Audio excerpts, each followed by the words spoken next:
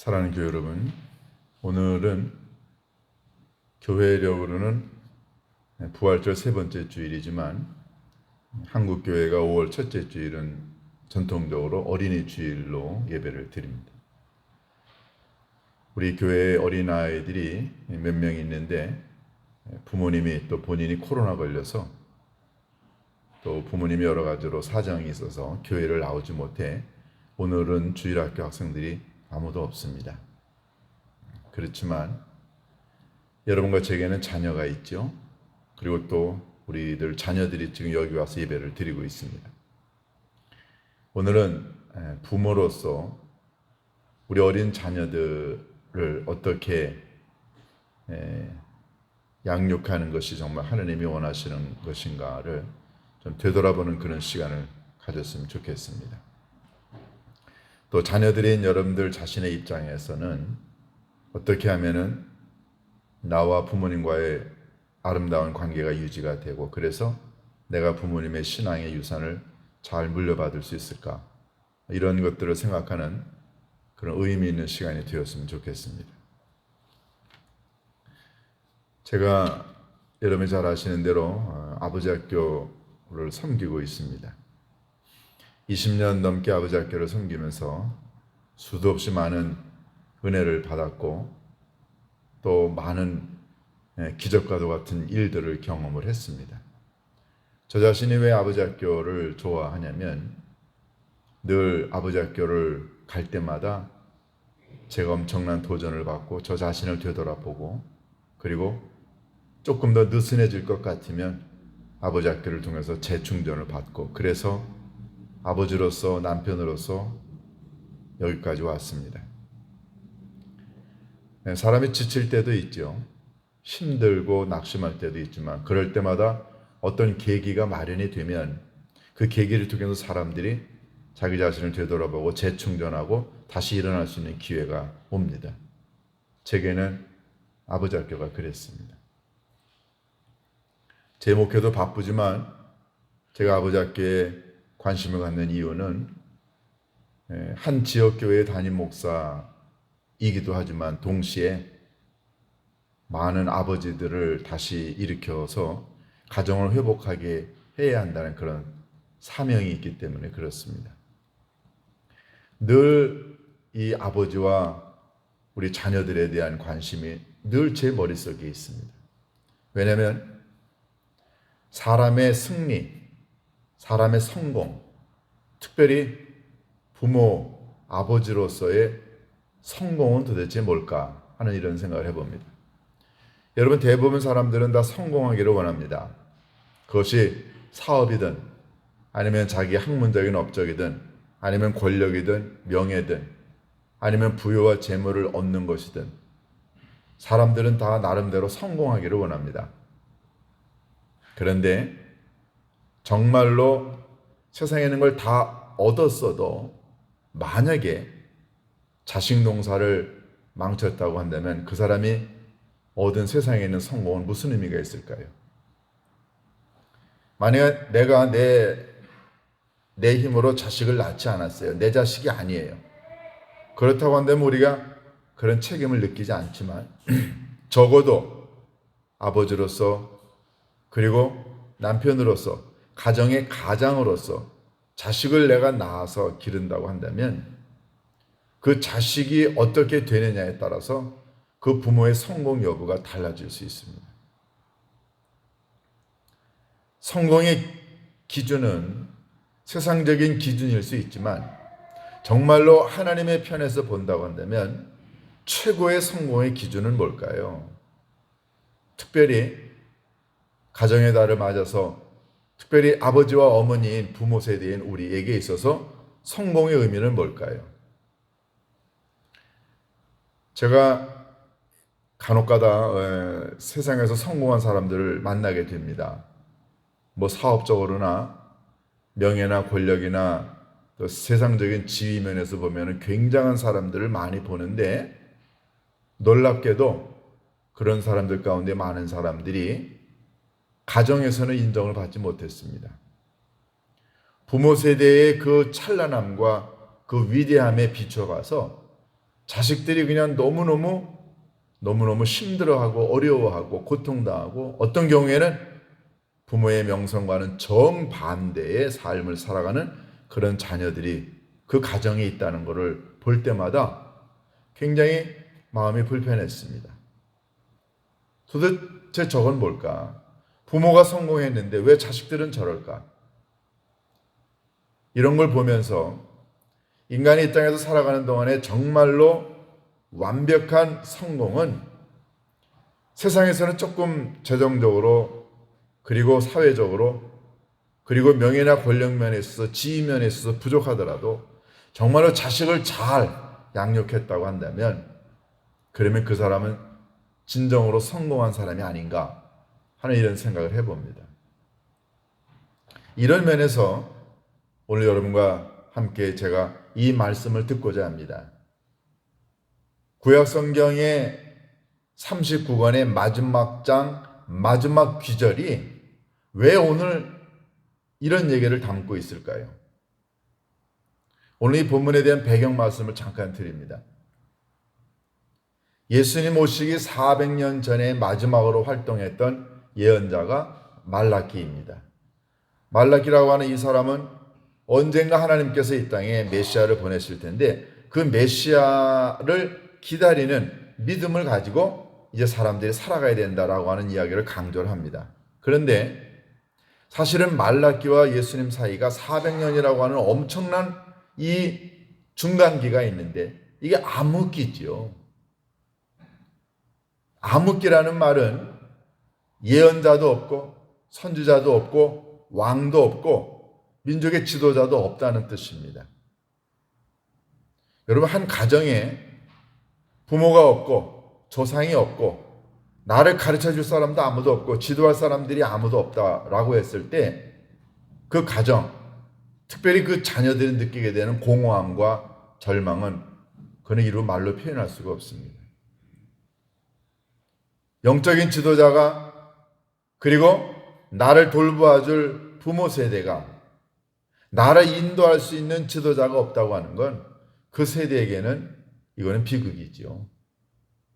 예수님 앞서서 400년 동안 이스라엘 민족에게는 왕도 예언자도 그리고 가르쳐주는 사람도 없었습니다.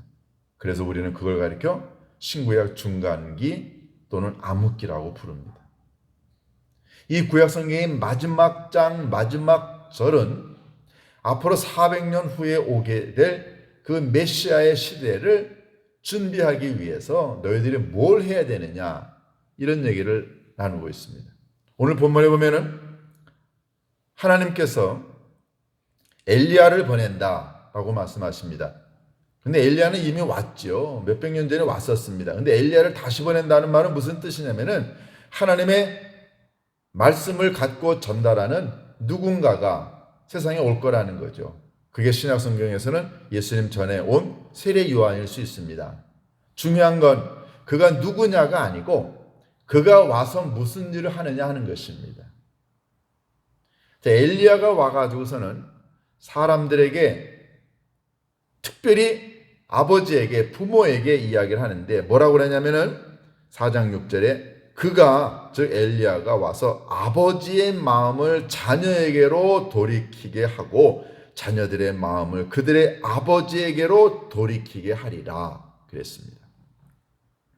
그러니까 아버지 세대와 자녀 세대 이 두 세대를 이야기를 하면서 아버지는 자녀에게로 자녀는 아버지에게로 앞으로 400년 동안 이렇게 아버지의 마음이 자식에게로 자식의 마음이 아버지에게로 가는 세대 간의 아름다운 교제가 계속해서 이어지게 되면 언젠가 이 땅에 메시아가 오실 때 그 메시아를 통해서 하나님의 나라를 이 땅에 건설할 수 있다는 이런 희망을 얘기하고 있습니다.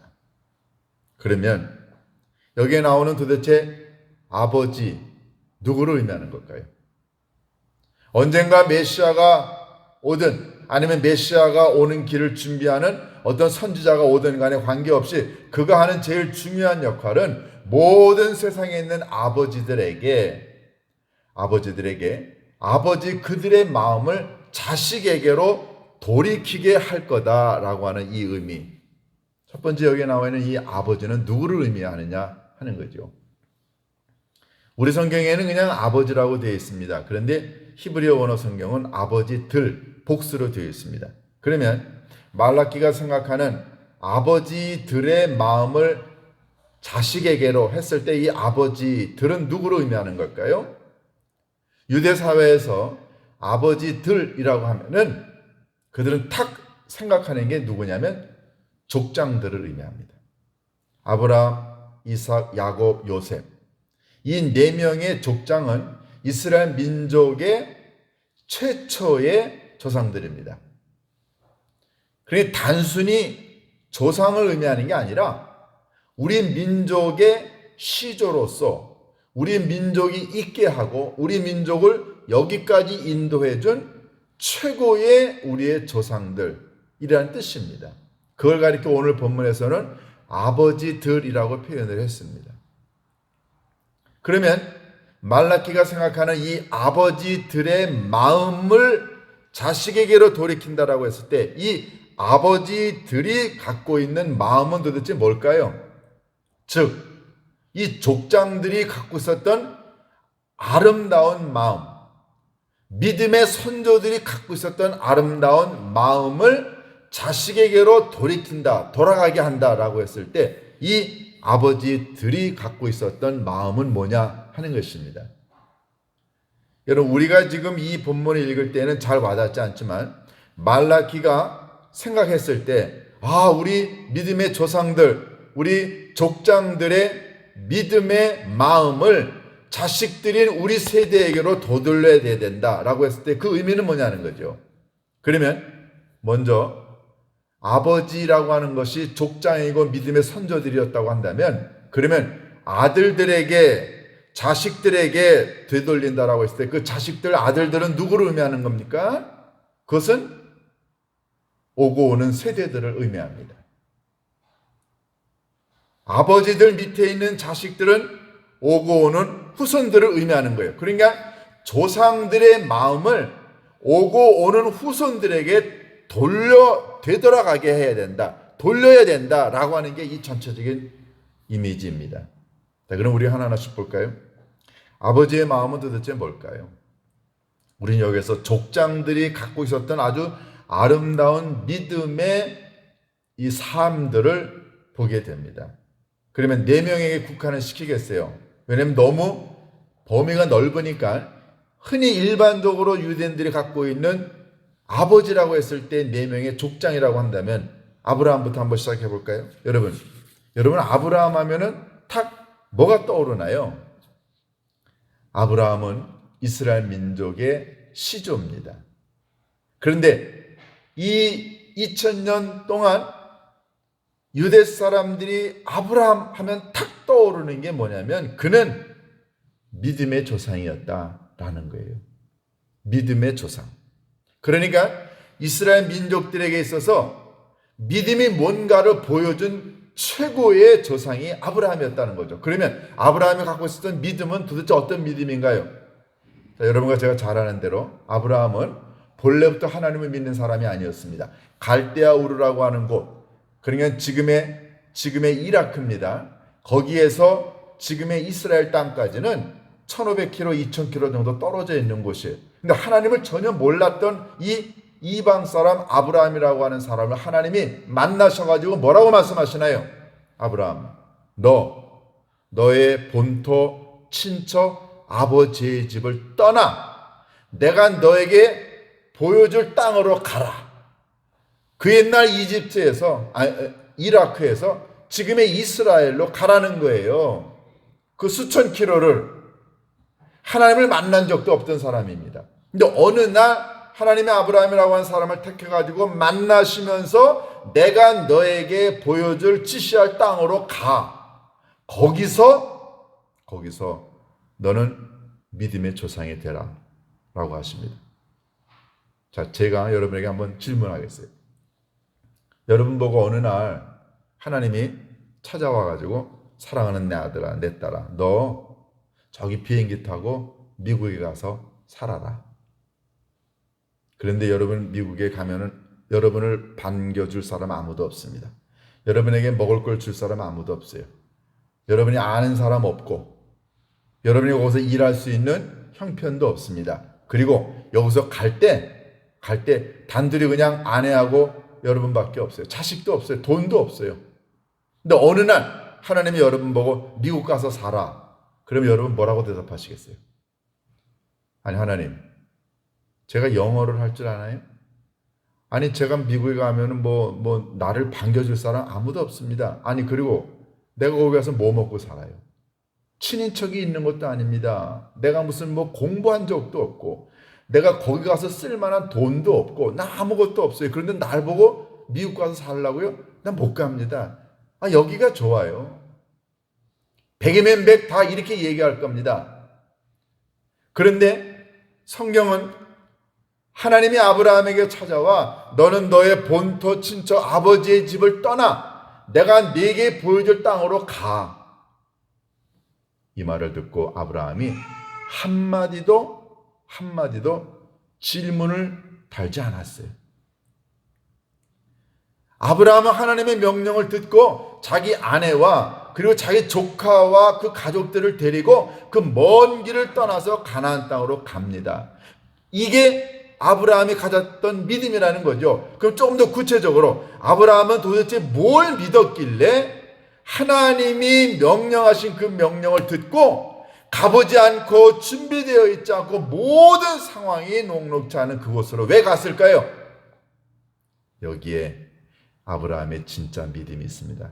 아브라함이 가졌던 가장 아름다운 믿음은 하나님이 나의 삶을 인도하실 거다라는 믿음이었습니다.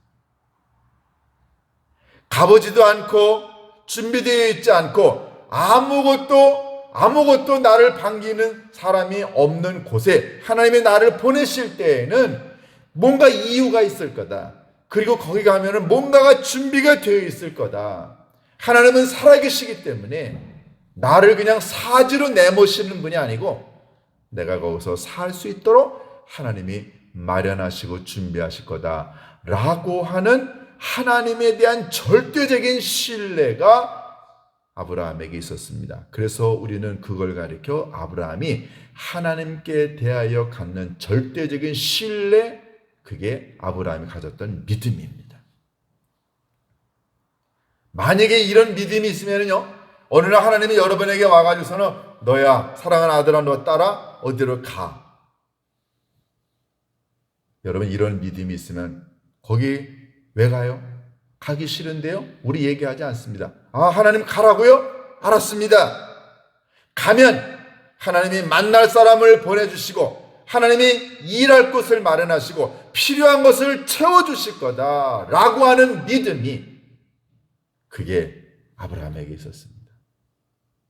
그러니까 이스라엘 사람들은 아브라함 하면 탁 떠오르는 게 그런 사막 광야로 보내시는 하나님, 아버지 하나님이 그리로 아브라함을 보내서 거기서 굶겨 죽이지 않았어요. 그래서 아버지의 마음, 첫 번째 이스라엘 백성들은 늘 생각했던 이 아버지의 마음은 하나님이 준비하시고 인도하신다는 첫 번째 가장 중요한 하나님에 대한 완벽한 신뢰하는 마음. 만약에 부모 세대인 여러분과 제가 이렇게 하나님에 대하여 갖고 있는 절대적인 신뢰의 믿음, 이 마음을 아버지인 여러분과 제가 갖고 있다고 한다면 우리는 이걸 어떻게 해야 되나요? 이 마음을, 이 믿음을 자식에게로 돌려주어야 한다는 겁니다. 아버지가 맨날, 어머니가 맨날 자식들 앞에서 여보 우리 어떡해? 우리 그리로 가면 굶어 죽는데 이제 우리 집안은 끝장이야. 아니 아는 사람도 없고 가진 것도 없고 능력도 없는데 우리 집안은 끝났어. 이번 사업 실패로 우리는 안 될 거야. 매일 부모님이 자식들 앞에서 그렇게 미래에 대하여 불안해하고 힘들어하고 고통스러워하고 두려워하는 얘기만 한다고 한다면 자식들은 부모가 고백하고 있는 불안과 그리고 이 두려움 때문에 자식들의 삶이 얼마나 불안할까요? 그런 부정적인 걸 돌려주지 말고 아버지로서 믿음의 부모님으로서 하나님께 대한 절대적인 신뢰하는 마음, 그 믿음을 갖고 그 믿음을 자식에게로 돌려주라는 거예요. 이게 오늘 본문에 나와 있는 아버지의 마음을 자식에게로 돌리라는 거예요. 그러려면 부모 세대인 여러분과 제가 하나님께 대한 절대적인 믿음을 갖고 있어야 되죠. 자, 우리가 잘 아는 이 이삭의 이야기 보세요. 두 번째 족장인 이삭. 어느 날 아버지가 산에 가서 우리 하나님께 제사를 드리자 해가지고 어린 소년인 이삭이 아버지의 뒤를 쫓아갑니다. 모리아 산에 갔어요. 그래가지고 제물을 올려놓을 제단을 다 만들었습니다. 제단은 나무였어요. 나무를 잘라가지고 그래가지고 그 밑에 이제 불을 붙입니다. 그 위에 제물만 올려놓으면 됩니다. 이삭이 묻습니다. 아버지, 불도 있고 제물도 있는데 이 위에 올려놓을 제물은 어디 있나요? 제물 가져온 적 없습니다. 그랬더니 아브라함이 뭐라고 그럽니까? 아버지가 뭐라고 그럽니까? 하나님이 준비하실 거다. 근데 사실은 누구였습니까? 본인 자신이었어요. 아브라함이 이야기하죠. 100세에 얻은 아들.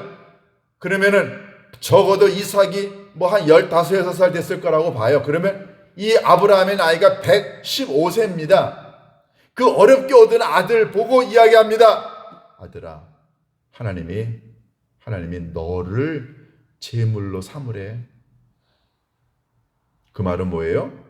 내가 이 나무 위에 제단 위에 올라가서 내가 죽어야 돼. 그러면 아들을 묶어놓죠? 그냥 죽이지 않았어요. 옛날에 제사는 어떻게 드렸습니까? 그 아들을 칼로 찔러서 죽이고 그 피를 제단에 뿌리고 난 다음에 아들의 시신을 태우는 게 제사였어요. 이스라엘 사회는 이런 인생의 사람을 태워서 죽이는 제사는 없습니다. 하나님 지금 시험하시려고 하시는 거예요. 그 말을 들은 이삭이 기분이 어땠을까요? 만약에 여러분과 저였다고 한다면은 아마 이랬겠죠. 아버지, 미쳤어요? 지금 나를 죽인다고요? 아니, 아버지 제정신이에요? 아니, 아버지가 믿는 하나님이 정말로 아버지한테 나 죽이라고 그랬어요? 아니, 무슨 뭐 그놈의 하나님은 말이야, 뭐 사람을, 자식을, 귀한 아들을 제물로 바치라고 그래. 그 하나님 미친 거예요. 아니, 아버지 미쳤어요? 그리고 도망갔을 거예요. 근데 성경에 보면은 이삭이 도망갔다는 얘기 있습니까? 이삭은 그때 하나님이 아버지를 통해 나를 제물로 요청하시는구나. 이삭은 순종했어요. 결국 아브라함의 순종의 믿음과 이삭의 순종의 믿음이 아름답게 엮어져 가서는 그날 이삭 죽지 않고 하나님이 이삭 대신에 양을 준비하셔서 그날 아름답게 제사가 끝났습니다. 아브라함도 그때 깨달았고 이삭도 그때 깨달았죠. 하나님께 순종하면 하나님이 완벽하게 채워주시고 준비하신다는 사실을요. 그때 이스라엘 백성들은 깨달았습니다. 모든 믿음의 조상들이 아름다운 삶을 살 수 있었던 건 하나님께 대한 순종이 아름답다는 거죠. 그러니까 부모 세대인 여러분과 제가 하나님이 뭘 요청하시든지 간에 마음으로 아니면 영적으로 삶을 통해 우리들에게 말씀하시고 요청하시는 걸 거부하지 않고 하나님 제가 하겠습니다 라고 순종하는 그 믿음이 너무너무 아름답다는 것. 그래서 오늘 본문은 이야기합니다. 그런 아버지의 순종하는 마음을 자식에게 보여주라는 거죠. 하나님은 이렇게 얘기하시는데 부모님이 맨날 하나님의 요청을, 하나님의 명령을 거부합니다. 이 자식들이 그걸 어려서부터 보고 배웠어요. 아니, 엄마 아버지는 하나님이 이렇게 하라고 그러는데, 아니, 교회가 이렇게 하라고 그러는데 우리 엄마 아버지는 안 해. 맨날 거부해. 딴 길로 가. 만약에 자식이 그렇게 하나님의 명령과 가르침을 거부하고 우습게 여기고 그리고 불복종하는 모습을 자식들이 보게 되면 그 자식이 커가면서 무슨 생각을 가질까요? 하나님의 명령, 계명, 율법 우습게 여겨도 괜찮아. 야곱의 믿음을 한번 또 볼까요? 야곱은 속이는 자였습니다. 야곱에게는 부정적인 요소가 많았어요. 그런데 야곱이 갖고 있었던 아주 중요한 것도 있었습니다. 그건 뭐냐면은 야곱은 힘들고 어려울 때 기도하는 사람이었어요. 결혼하고 난 다음에 20년 동안 아내인 리브가가 자식이 없었죠. 창세기 28장에 보면은 야곱은요, 자기 아내가 아기를 갖도록 하기 위하여 오랫동안 기도했다고 나옵니다. 야복강가에서 형을 에서를 만나기 앞서서 밤새도록 기도했죠. 야곱 하면은 그렇게 남을 속이고 하는 그런 부정적인 면도 있지만 야곱은 에서를 만나고 형을 만나고 야복강가에서 하나님을 만나고 난 다음에 그는 사람이 바뀌었어요. 기도의 사람으로요. 우리가 잘 아는 마지막 네 번째 족장 요셉은 어떤가요? 그는 형들의 모함에 종으로 팔려가 그리고 죄수가 돼서 감옥에 갇혔지만 그는 한 번도 낙심하지 않았습니다. 왜냐하면 하나님이 나와 함께 하신다는 믿음. 그래서 많은 이스라엘 사람들이요, 요셉을 생각할 때마다, 요셉이라고 하는 믿음의 선조를 생각할 때마다 탁 떠오르는 게 뭐냐면은 하나님은 어떤 역경과 고난 가운데서도 절대로 믿음의 사람의 곁을 떠나지 아니하신다. 이게 아버지들이 갖고 있으면서 자식들에게 물려줄 수 있는 아버지의 마음입니다. 아버지의 신앙이죠. 하나님에 대한 절대적인 신뢰, 순종하는 믿음, 반드시 하나님이 준비하실 거다. 기도하는 사람, 그리고 평생 살면서 하나님이 아무리 내가 힘들고 어려워도 하나님은 내 곁을 떠나지 아니하시고 나와 함께 하신다는 믿음, 이 아버지가 경험한 아름다운 믿음을, 이 마음을 자식에게로 돌려주라는 거죠. 오늘 본문이 그 얘기입니다. 아버지의 마음을 자녀에게로 돌이키게 하고, 여러분과 제가 부모로서 살면서요, 이 자식에게 보여줄 수 있는 최고가 뭘까요? 여러분, 돈 물려주실 거 있습니까? 여러분이 갖고 있는 지혜나 지위나 권력을 자식에게 물려줄 수 있어요? 우리 그런 거 물려줄 거 많이 없지만, 그러나 여러분과 제가 만난 하나님에 대한 믿음, 하나님께 대한 절대적인 신뢰하는 믿음과 순종하는 믿음, 기도하는 믿음, 그리고 하나님이 나와 함께 끝까지 하신다는 이 아름다운 믿음만큼은 우리가 우리 자식들에게로 돌려줄 수 있지 않을까요? 자, 오늘 본문의 결론은 이겁니다. 본문에 보면은 아버지의 마음을 자녀에게로 돌이키게 하고, 그러면 자녀들의 마음을 그들의 아버지에게로 돌이키게 하라. 자, 아버지가 이런 아름다운 믿음의 마음을 자식에게로 돌려주면 자식이 이걸 보고 배우면서, 아버지 하나님, 우리들에게 이 아름다운 믿음을 보여주셔서 너무너무 고맙습니다. 이때 비로소 자식은 아버지에게로 자기 자신들의 마음을 돌립니다. 이 말은 뭐예요? 아버지가, 부모 세대가 자식에게 올바른 믿음을 전달해 주면 자식과 아버지, 자식과 부모와의 관계가 아름답게 형성이 된다는 걸 의미합니다. 서로 교통이 된다는 거죠. 그 끈은 뭔가요? 부모 세대와 자녀 세대 간의 이 아름다운 연결고리는 뭘까요? 그거는 먼저 부모 세대가 만났던 하나님께 대한 아름다운 믿음의 마음을 자식에게 물려주는 겁니다. 제가 이 말씀을 준비하면서 이런 생각을 했습니다. 오늘 본문에 보면은 아버지의 마음을 자식에게 돌리라고 했는데, 아버지의 마음이 이런 믿음의 마음이 아니고 아버지의 마음이 늘 가슴속에 어떻게 하면 돈 벌까? 어떻게 하면 세상에서 쾌락을 느끼며 살까? 어떻게 하면 세상에서 재미있게 살까? 온통 아버지의 마음이, 부모의 세대가 세상 재물 이런 거라고 한다면 자식에게 돌려줄 수 있는 게 뭘까요? 돈 버는 거, 세상의 쾌락만, 그것만 돌려주겠죠.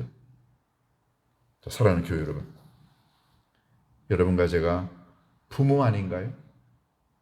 만약에 내가 자식을 낳지 않았으면 그런 책임 우리들에게 없습니다. 그러나 적어도 내가 내 피와 살을 준 내 자식들이라면, 내가 낳아서 기르고 있는 내 자식이라면 우리는 부모로서 이런 책임을 감당해야 합니다. 그게 뭔가요?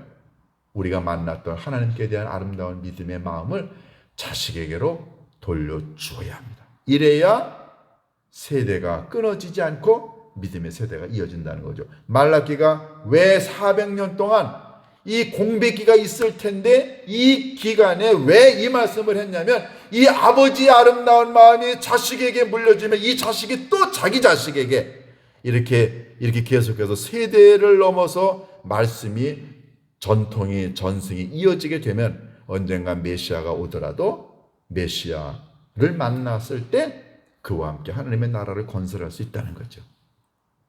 여러분과 제가 아무리 믿음 생활을 잘해도 우리 세대로 믿음이 끝나면 그 사람은 신앙생활 잘한 것 아닙니다. 오고 오는 세대에게 우리의 믿음을 전수해야 하지 않을까요? 그게 오늘 본문에 있는 것처럼 아버지의 마음을 자녀에게로 돌린다는 뜻입니다. 오늘 어린이 주일을 맞았어요. 이제 말씀을 마치고 난 다음에 여러분과 함께 제가 이 자리에 우리 자식이 있다 생각하고 우리 자식들의 얼굴과 마음을 가슴에 담고 기도하는 시간을 갖습니다. 사랑하는 교회 여러분, 부모 세대인 여러분과 저는 우리의 아름다운 믿음의 마음을 자녀들에게 물려주어야 될 책임을 하나님으로부터 부여받았습니다.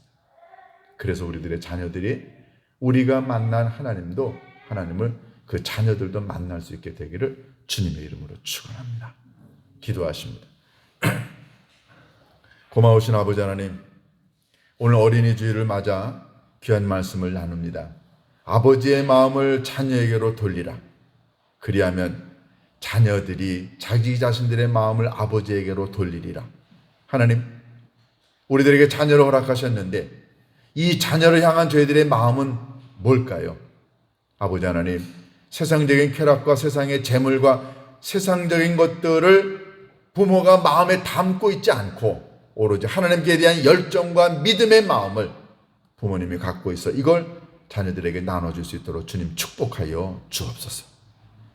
오늘 이 자리에 참여하지 못한 우리들의 자녀들이지만 마음을 담아 자녀들을 위해 축복기도 하고자 합니다. 하나님, 이 자리에 임재하사 우리 부모의 믿음의 마음이 자녀들에게 전달될 수 있도록 인도하여 주옵소서. 예수님의 이름으로 기도하옵나이다.